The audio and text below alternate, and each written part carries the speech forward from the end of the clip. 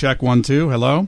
All right, Sludge Nation. With very honored to have Simon Pegg and Nick Frost in the studio with us. Very honored to be here. Hello. You just heard the responses from the Sludge Nation secret screening of the wonderful movie Paul. So, what is your reaction to the people that you know? That was pretty cool, you know. Delighted, yeah. It's so nice to hear that, and surprised how many people would agree to be probed. To be honest, Yeah, I think about 70-30. Yeah, probe 70-30. Probe. Like I said, inside and out. Yeah, what does that mean? Yeah, I thought probing was internal. I always thought that. Maybe he was talking about having his soul probed. He was talking about just being caressed first, you know, perhaps a little massage, something sweet, a foot thing. Dinner. I think you guys are looking way too into the answer too much. I don't think they're that philosophical. That's our job, you know. In the movie screening, the external probing into their life. You know, it's funny because you two, like, you know, of course, people probably know you from Hot Fuzz and Shaun of the Dead. And are they when you guys get together for movies? It seems like are things now starting to get, you know, written for you, or you know, like they think of you two already in mind as sort of dynasty somewhat with you two. Well, we landed Tintin for that reason. The Spielberg's adaptation of the Tintin, which is a famous sort of cartoon from Europe, which he's made into an extraordinary movie. But we tend to kind of write our own stuff, don't we? So yeah, I mean, that way you can control. There is a certain amount of quality control in what you do, you know. Right. When Steven Spielberg comes knocking, you just say, yes, you do it. Whatever you do you it. need. But otherwise, it's like we don't want people to do the stuff that's just been written because for a couple of bumbling idiot Englishmen. Yeah. Yes, exactly. Right on. Yeah, you've been to Arizona? Some of the film I saw, some of the Phoenix skylights. How was Arizona when you were here? We came here with Shaun of the Dead for some press, and but we didn't actually shoot here. In the movie, they do talk about going to Camp Verde, a couple of places in Arizona, but of course they're hijacked before they get there, so that we don't actually do. But if we do Paul's, yes, which is the much vaunted sequel. We've been here a lot. I drove through here a couple of times coming back from shooting Paul. I drove back from Santa Fe to LA and stopped up in Flagstaff, and my wife and I were here about 18 months ago on vacation actually, so it was very nice. I saw that you guys did a huge road trip to research the movie and went around. And what was the most awesome thing you saw on that road trip, and what was the most horrible thing you saw on that road trip? I think the most awesome thing we saw was an alien. We saw an. It was actually weirdly it was both. The most awesome and horrible thing we saw was we stopped off in that gas station bathroom in. Oh yeah. It was next to an Arby's. It was terrible. Amazing. Oh. It was big beef and cheddar leftovers? There was so much beef and cheddar. Oh, no. Which is a bit like the last time I was in Phoenix as well, weirdly. No, it was... you know what? That trip was amazing because we just saw so much of America that we don't normally see because, you go airport to airport usually and suddenly we're seeing what exists between and you realise... What, just a massive, awesome, kind of scary, beautiful, lonely... It's the most kind of geographically diverse place I've ever been to, you know. Yeah. We had a day called Wow Day when we were in the RV when we got a bit bored of saying the word wow. You kind of, every ridge you got Mounted. over, it just looked amazing. You know, the country looked amazing. So I don't want to give the end of the film away either, but we go to a place which is in kind of northeastern Wyoming, and that was like a pilgrimage for us. So to kind of get to this place was amazing, you know. And what do you guys think of Charlie Sheen? Who? Charlie Sheen? I think it's again... Martin Sheen's son. Yeah. Yes. Oh yeah, that guy. He's gone nuts, isn't he? It's again we're all standing around and clapping as we watch somebody genuinely unravel publicly. I think it's weird when I hesitate to use this phrase, but mental issues when private are always treated with extreme seriousness as they should be. Imagine if it was your dad. It's a condition. You know what I mean? It wouldn't be funny. It would be terrible. When it's on the E channel, it's funny. It's a kind of a weird double standard. So I hope he's all right. I mean, he's clearly having a tough time, and we're all laughing and clapping it. Yeah, when there's a guy with a Schmedium T-shirt talking about it and giggling really loud after each comment, it's funny, right? Yeah, exactly. When he's in a dumpster someday, that's not going to be funny. Exactly. Yeah. And are you guys really comic geeks? Do you guys follow comics? I saw Simon with a Gundam Wing shirt. So do you guys follow comics or do you go to Comic-Con often? Hell yeah. We do. We've probably been every year for the last 3 or 4, right?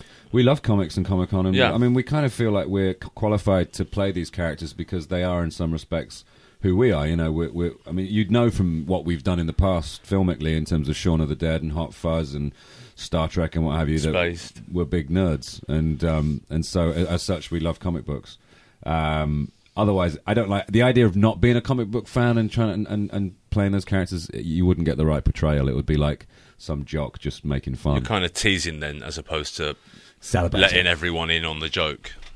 Yeah, is Raising Arizona, I can't remember, Simon or Nick's favorite, one of your favorite movies? This guy. Mine. Yeah, Yeah. because I have a band here, and the guy that's the bass player in my band is Whitey, the guy that comes out of the convenience store shooting him after Nick Cage. That's the guy, bass player in my band, yeah. I love that. I actually listened to, when I came in last night, I listened to Carter Burwell's Raising Arizona soundtrack, that lovely sort of yodeling and banjo. Yeah, it's an amazing movie. Yeah, Simon Pegg, Nick Frost, Paul, and when Seth Rogen was doing the Alien, was he in the like? It's all CG'd. Was he like in Australia on an ISDN line, or was he actually like in the same studio or whatever? Did you see him at all when he was doing this? We had like a month with him before we went off to Santa Fe to shoot the film proper, and we shot all Seth's bits there. You know, he had his nice motion capture suit on. And we got everything we needed for him there, and we then later came back and re-recorded all his voice. So we didn't have anyone on set, but who we did have is Joe Latrilio, who plays Agent O'Reilly. He also plays Paul on set, so we actually had someone to work with, and because we wanted it to, even though there's nothing there, we wanted it to seem kind of improvised. Yeah. And what Joe did, he allowed us to do that, you know, and then stuff that Joe had done then went back to Seth, and then, you know, he honed it and refined it and used some of Joe's stuff, and you know, it's difficult waiting 18 months to see whether or not the main character in your film is potentially going to work. Yeah, it's a long wait, you know, because if that main character is rubbish, you're finished straight away. So I think we're kind of chuffed with how it's come out, you know. Yeah. Now you're used to it. You can do Pauls. You can have like 300. You can have all the gladiators like Leonidas. I don't think we could afford 300 Pauls. It costs it's like hiring Will Smith, having Paul in the film. It's like it cost more to create Paul than it did to hire the rest of the entire acting cast, because it's a complex process. Interestingly, when we did Tintin, Peter Jackson is the co-directing with Steven Spielberg. He did direct us over an ISDN line from New Zealand. Actually, on iChat, we used to be brought in like a floating head and put on a chair, and we'd do a little dance for him. But with Seth and this, it was a question of gradually putting it all together to create what we wanted, which was like a sort of like an improvised film with a CG character. That's awesome. And then how was working with Kristen Wiig? Amazing. She is one of the best, funniest humans ever. You know, a lot of the time we just sat and watched her do her thing, you know, and it's amazing. It's amazing to watch. Yeah, a little bit. You what? I didn't hear you. We fell in love with her a little bit. She's absolutely, she's such fun to be around, and like the first day that we all were together, the three of us, we'd really met. Even we immediately hit the ground running. She brings her A game every second of the day, and she's a huge talent. And she's got her new movie Bridesmaids coming out this summer, which is going to be huge. And yeah, she's a force to be reckoned with. And Nick, were you pissed when Simon got to kiss her? Yeah, I was retakes. No, not really. You know. No, it's okay. Yeah, all right. I was pissed. There was a scene that we cut out when Nick Frenches an Ewok, which I was jealous of. Yeah. And actors always say like, well, there's people around, it's not real kissing. But yeah, right? Well, you have to kiss someone when you've kissed them. I mean, it's all about what's behind the kiss. You realise that quite quickly when you act. That if there's emotion behind it, then it takes. But otherwise, it's just like you're touching each other's faces. I think there needs to be a certain amount of emotion too. Otherwise, you know, you've got to remember that some people are going to see this on a screen which is potentially 50 feet wide. You know, so you can't look like you don't mean it. Yeah, exactly. You'll see straight away, and people will rumble it. So there was emotion. Yeah, it was great to kiss Kristen. She's lovely, but my wife knows that I love her, and so it's all right. You know, I'm sure that went over great when you got home. Yeah, and so does Kristen's boyfriend. You know, it's sort of like it's just work, but it's not the worst part of the job. Yeah.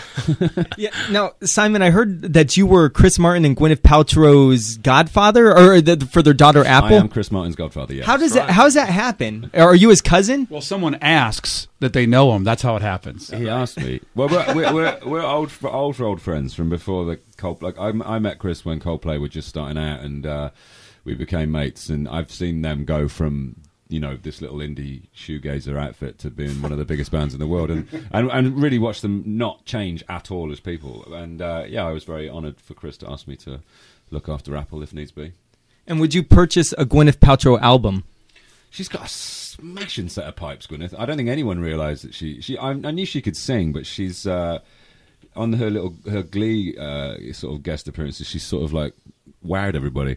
Absolutely. I fancy Gwyneth terribly. It's always awkward when I go around there because she's so gorgeous. That'd be weird then if you got a role with her and you had to kiss her. I have actually been in a film with her, but I didn't have to kiss her. Oh. That would be what Chris wouldn't like that. Right. All right, Simon Pegg, Nick Frost, Paul opens this weekend. I thank you guys so much for stopping in the studio. Thank you for having the us. film as a little PS, by Yes. the way. Blythe Danner, who plays Tara in the movie, is Gwyneth's mom. So there you right. go. Who's also gorgeous. Did you kiss her? Or? Wish didn't. She does a lot of back rubs on set. Oh, Absolutely. So Whoa. if you're feeling a bit tense, she will sense it, and she will give you a back rub. It's amazing. Well, the movie opens this weekend. Thanks so much, guys, for stopping by. Paul, go see the flick. Thanks, guys. Thank you Pleasure. very much.